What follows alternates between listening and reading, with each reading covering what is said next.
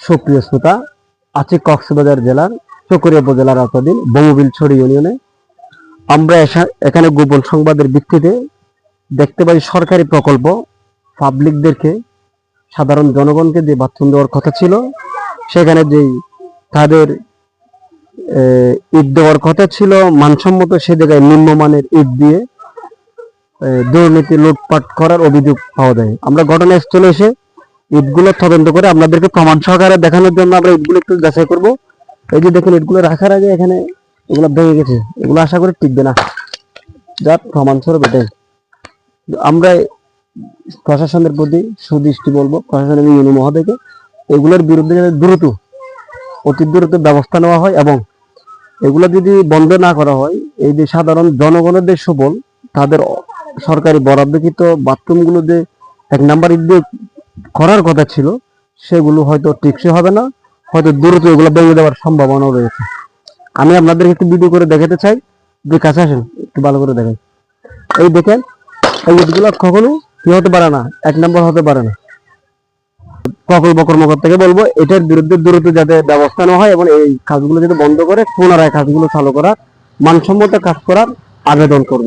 এইগুলো পরিদর্শন করার পর আমরা তাদের এই কঙ্গরগুলো পরিদর্শন করতে আসি।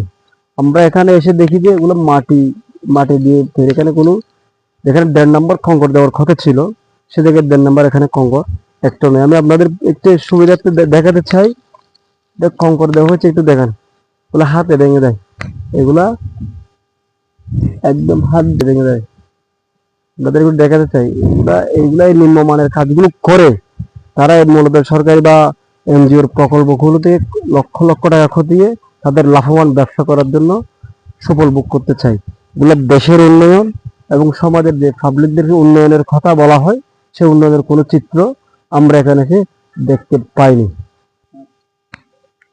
এই ধরনের কাজের জন্য, ঠিকাদারি প্রতিষ্ঠানের জন্য সরকারি যে উন্নয়নের কথা বলা হলেও সরকারের ভারমূর্তি নষ্ট হয় এ ধরনের ঠিকাদার প্রতিষ্ঠানের জন্য। তারা সত্যিকার অর্থে সরকার থেকে উচ্চমানের কাজের বিল পাস করার পরেও এরা নিম্নমানের কাজগুলো কোন রকম দায় এড়িয়ে কাজ করার নামে কাজ করা, দায়বদ্ধ এড়িয়ে কাজগুলো শেষ করে তারা লক্ষ লক্ষ কোটি টাকা সরকারের লুটপাট করার একটি মিশনে নেমেছে।